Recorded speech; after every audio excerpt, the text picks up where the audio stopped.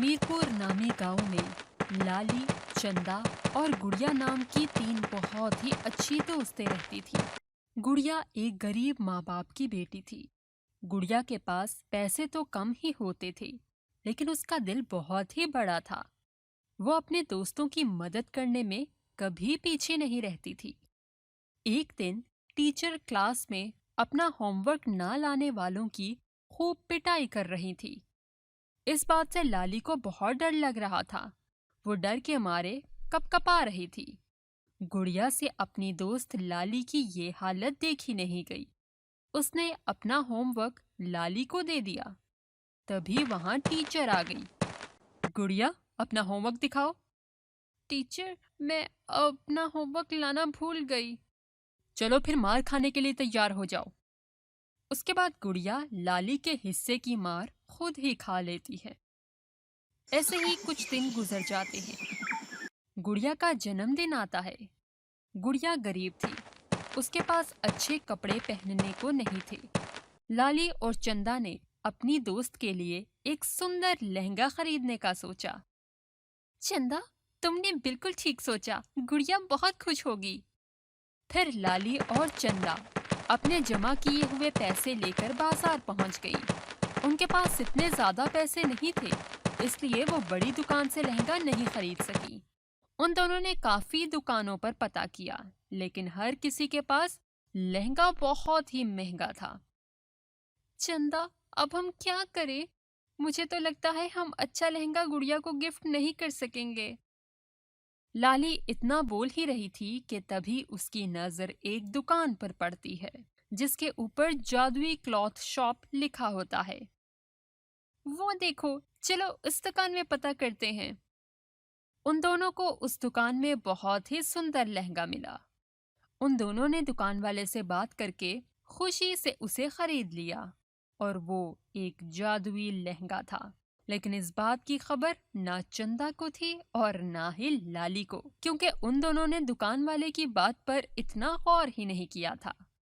लाली और चंदा दोनों मिलकर चंदा के घर पर गुड़िया के लिए एक छोटा सा सरप्राइज प्लान करते हैं। गुड़िया ये सब देखकर बहुत खुश होती है। फिर वो दोनों गुड़िया को लहंगा देती हैं। गुड़िया लहंगा लेकर बहुत ही खुश होती है। पता नहीं मैंने कौन से अच्छे काम किए कि मुझे तुम जैसी अच्छी दोस्तें मिली। फिर गुड़िया खुशी से वो लहंगा पहन लेती है।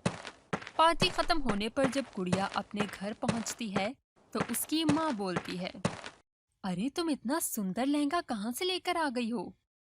ये मेरी सहेलियों ने मुझे मेरे जन्मदिन का गिफ्ट दिया है। सुंदर है ना माँ? हाँ बेटी, बहुत सुंदर है। गुड़िया खाना खाने के लिए बैठती है।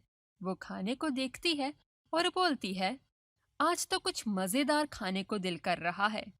उसके सोचते ही उसकी सादी दाल रोटी अच्छे खाने में बदल जाती है।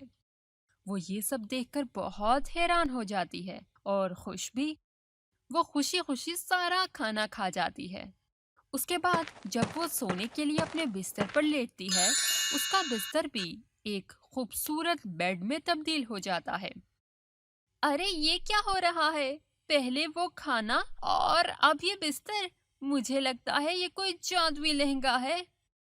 गुड़िया से ये खुशी बर्दाश्त नहीं होती। वो जल्दी से अपनी दोस्तों के पास जाती है और सारी बात उनको बताती है। जो तुम लोगों ने मुझे लहंगा गिफ्ट किया है ना, ये कोई आम लहंगा नहीं, ये जादुई लहंगा है। अरे गुड़िया, तू कैसी बातें कर रही है? तू पागल तो नहीं हो गई? मैं सच कह रही हूँ, मेरी बातों का तुम लोग यकीन करो। गुड़िया की बातों का दोनों यकीन नहीं करती। इस तरह कई महीने गुजर जाते हैं और बरसात का मौसम आ जाता है। बहुत ही तेज बारिश होती है और बारिश रुकने का नाम तक नहीं लेती। आधी रात को तूफानी बारिश हो रही होती है। गुड़िया का घर गिर जाता है। वो अपने परिवार समेत बेघर हो जाती है। वो लोग अपने अड़ोस पड़ोस से मदद मांगते हैं, लेकिन कोई उनकी मदद नहीं करता। काका काकी, दरवाजा खोलो, मेरा घर टूट गया है। काकी दरवाजा नहीं खोलती और अंदर से ही बोलती है, अरे मेरे घर में जगह नहीं है, किसी और से जाकर मदद मांग। इस तरह गुड़िया की कोई मदद नहीं करता। अचानक उसे याद आता है कि उसका तो लहंगा जादुई लहंगा है।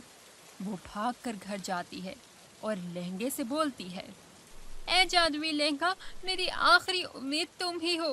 तुम्हारे अलावा मेरी कोई मदद नहीं कर रहा। तुम ही मेरी मदद कर दो। इस बरसात में हम कहाँ जाएंगे? गुड़िया के ऐसा बोलते ही उस जगह एक बहुत बड़ा घर बन जाता है। गुड़िया जब अपनी माँ को लेकर उस घर में जाती है तो उसकी माँ घर देख के बहुत खुश होती है। अगले दिन जब गुड़िया की दोनों सहेलियाँ उसके घर आती हैं तो वो गुड़िया का घर देख के परेशान हो जाती हैं और बोलती हैं, अरे लाली, ये हम गलत रास्ते तो नहीं आ गए? मुझे भी यही लग रहा है। इतनी देर में गुड़िया वहां आ जाती है और बोलती है, क्यों, क्या हो गया तुम लोगों को? मैंने कहा था ना कि वो लहंगा एक जादुई लहंगा है। वो अपनी सहेलियों को अच्छी तरह से सारी बात समझाती है और फिर तीनों सहेलियां खुशी खुशी रहने लग जाती हैं और उस जादुई लहंगा से मजे मजे के खाने खाती हैं और लोगों की मदद भी करती हैं।